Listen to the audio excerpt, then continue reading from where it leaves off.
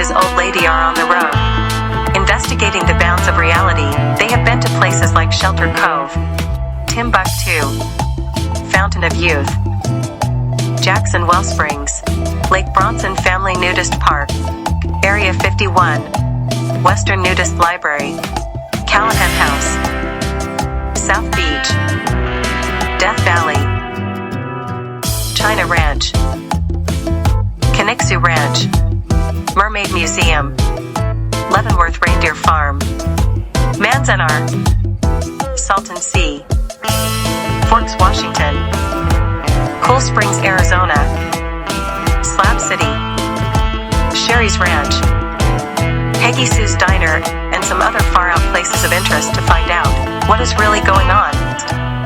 That is what Hawkeye's Tales and Trails unscripted documentaries is all about. Please click on the black cat on the bottom right-hand corner at any time to subscribe and be notified of new episodes. No credit card is needed. Welcome to Hawkeye's Hangout. All information is deemed to be reliable, however, not guaranteed. If you are new to Hawkeye's Tales and Trails, start with episode 1. Ready to bust your buns? This is episode 180 and is about sidewalk surfing and the Skateboard Hall of Fame and Museum in Simi Valley, California. All right, man. First thing, do I have permission to video record you? Please do. Please introduce yourself. Sure. All right, hey, what's up, Hawkeye? My name's Todd Huber, and I'm the founder here at the Skateboarding Hall of Fame. We're a non-profit skateboarding museum, and we're also a skateboard park and school, and we also have a shop where we sell skateboards. We started in 1997, and we've been in this location since 2018. And we're really fun, non-profit organization, skateboard museum, first skateboard museum on earth, and we're still going strong. Right on, man. Sidewalk surfing, commonly referred to as skateboarding, has gained considerable popularity over time as a sport, form of transportation, and a facet of subcultural expression. The activity involves riding and performing tricks on a skateboard, a board mounted on wheels. Many enjoy the sense of freedom it provides, allowing riders the ability to glide along urban landscapes, turning pavements into their playground. The rider navigates the terrain, weaving through obstacles and crafting spontaneous routines that may include jumps, flips, and slides. Environmentally, skateboards serve as an eco-friendly alternative to motorized transportation for short distances. The culture of skateboarding has also been noted for its community-building aspects, whereby individuals with a shared interest can come together and form networks, often transcending age, race, and socioeconomic class. Cities often debate on legal and infrastructural accommodations for skateboarders, striking a balance between the interests of the public and the skateboarding community. The Skateboarding Hall of Fame, located in Simi Valley, California, serves as a testament to the cultural and athletic impact of skateboarding as a sport and lifestyle. Since its inception, the Hall of Fame has been instrumental in preserving the rich history of skateboarding by recognizing and honoring the influential figures who have shaped its evolution over the years. How do you get into the Hall of Fame? So we have a group, a nomination committee that put together the ballot where we have 10 people in each different era nominated, and then it goes out to a group of 450 people that have been invited to be voters, and those are industry leaders, people in the Hall of Fame themselves. There's 200 people already in the Hall of Fame, so they're automatically voters. And then we also have just a tight committee of people that are that care about it, and they really make the final decision. So the voting is just used as a weather vane, and then the executive committee decides at the end who the final inductees are going to be.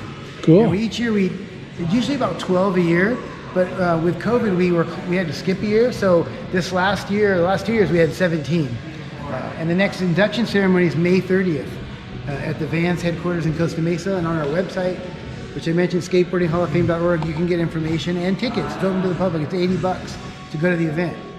So I'm really looking forward to it.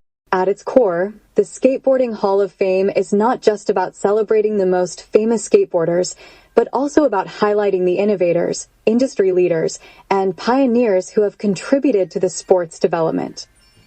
The facility itself is a hub for skateboarding enthusiasts, drawing visitors from around the world. Inside, memorabilia, photographs, and paraphernalia showcase decades of skateboarding culture. The Hall of Fame also acts as an educational resource, offering insights into the sport's significance in societal movements, fashion, and media. As an establishment, the Skateboarding Hall of Fame and Museum provides an invaluable service in documenting the historical narrative of the sport while also looking to its future. It celebrates the sport's transformative journey and those who continue to push its boundaries, ensuring that the legacy of skateboarding remains honored and preserved for future generations. I mean, we are a nonprofit museum. Okay, so people can donate. Skateboardinghalloffame.org. We rely on people donating and support from people that like what we're doing. We are just here to sort of celebrate the history and let people know that skateboarding is a real thing. It's always kind of we've always kind of been, treated differently than other sports with a little less respect, like compared to baseball and basketball. And I'm here to stand up for the skaters and just say, these are good kids just having fun, and that's what I'm trying to promote. So, thanks for taking the time to come through. In conclusion, sidewalk surfing is a multifaceted activity that encapsulates a distinctive blend of athleticism, artistry, and transportation. It continues to evolve as a professional sport revered for its complexity and capacity to challenge. That is right on. How long have you guys been established here? Well, we've been a skateboarding museum since 1997 here in Simi Valley. This is my second location. I've been in this location since 2018, so going on my 6 years up here at the Simi Valley Town Center, which is where we're located. This used to be Urban Outfitters, so I like to tell everybody we recycled Urban Outfitters, basically. Right. And that's where we're at now. That's why it's a cool spot. Yeah. How'd you get started?